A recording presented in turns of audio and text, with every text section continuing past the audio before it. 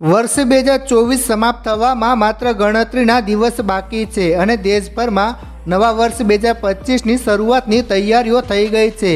નવા વર્ષની સાથે દેશમાં 1 જાન્યુઆરી 2025થી ઘણા મોટા ફેરફારો લાગુ થવા જઈ રહ્યા છે, જેની અસર દરેક ઘર અને દરેક કિસ્સામાં જોવા મળશે। આ ફેરફારોમાં રસોડામાં ઉપયોગમાં લેવામાં આવતા એલપીજી સિલિન્ડરની કિંમતથી લઈને યુપીઆઈ પેમેન્ટ સુધીના નિયમોનો સમાવેશ થાય છે। એલપીજીથી યુપીઆઈમાં ફેરફાર। મિત્રો, દેશમાં દર મહિને ઘણા નાણાકીય ફેરફારો જોવા મળે છે અને માત્ર નવો મહિનો જ નહીં પરંતુ 1 જાન્યુઆરીથી નવું વર્ષ પણ શરૂ થવા જઈ રહ્યું છે। દેશમાં વર્ષના પહેલા દિવસથી જ 5 મોટા ફેરફારો લાગુ થવા જઈ રહ્યા છે। પ્રથમ ફેરફાર, મિત્રો, દર મહિનાની પ્રથમ તારીખની જેમ 1 જાન્યુઆરી 2025ના રોજ ઓઇલ માર્કેટિંગ કંપનીઓ રસોડા અને કોમર્શિયલ એલપીજી ગેસના ભાવમાં સુધારો કરશે અને નવા દરો બહાર પાડશે। કંપનીઓએ છેલ્લા કેટલાક સમયથી 19 કિલોના કોમર્શિયલ એલપીજી સિલિન્ડરના ભાવમાં ઘણા ફેરફારો કર્યા છે, પરંતુ દેશમાં 14 કિલોના કિચન સિલિન્ડરની કિંમતો લાંબા સમયથી સ્થિર છે। આવી સ્થિતિમાં આ વખતે લોકો તેની કિંમતમાં ફેરફારની આશા રાખી રહ્યા છે। આ સિવાય એક ફ્યુઅલની કિંમતમાં પણ ફેરફાર જોવા મળી શકે છે।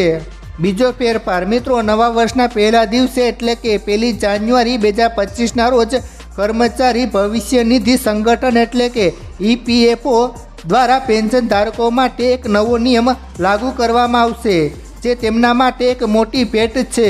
વાસ્તવમાં ઈપીએફઓ નવા વર્ષમાં પેન્શન ધારકો માટે એક મોટો ફેરફાર કરવા જઈ રહ્યું છે, જેના હેઠળ હવે પેન્શન ધારકો દેશની કોઈપણ બેંકમાંથી તેમની પેન્શનની રકમ ઉપાડી શકશે અને આ માટે તેમને કોઈ વધારાના વેરિફિકેશનની જરૂર પડશે નહીં। ત્રીજો ફેરફાર, યુપીઆઈ 123 પેના નિયમો। મિત્રો, ભારતીય રિઝર્વ બેંક દ્વારા ફીચર ફોન દ્વારા ઓનલાઈન ચૂકવણીની સુવિધા આપવા માટે શરૂ કરવામાં આવ્યા હતા। તેની ટ્રાન્ઝેક્શન લિમિટ વધારવાનો પણ નિર્ણય લેવામાં આવ્યો છે, જે 1 જાન્યુઆરીથી લાગુ થશે।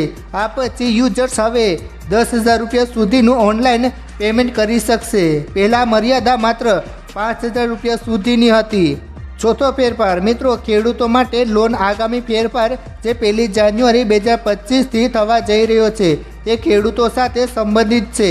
વર્ષના પ્રથમ દિવસથી આરબીઆઈ ખેડૂતોને કોઈપણ ગેરંટી વિના 2 લાખ રૂપિયા સુધીની લોન આપશે। તાજેતરમાં આરબીઆઈએ ખેડૂતો માટે અસુરક્ષિત લોનની મર્યાદા વધારવાની જાહેરાત કરી હતી, જેના કારણે હવે તેઓ 1.6 લાખ નહીં પરંતુ 2 લાખ રૂપિયા સુધીની લોન મેળવી શકશે। પાંચમો ફેરફાર, મિત્રો, સેન્સેક્સ 50 અને બેન્કેક્સમાંથી માસિક એક્સપાયરી સુધી બદલાયા છે। હવે દર અઠવાડિયે શુક્રવાર નહીં પરંતુ મંગળવારે યોજાશે, જ્યારે ત્રિમાસિક અને અર્ધવાર્ષિક કરાર છેલ્લા મંગળવારે પ્રાપ્ત થશે।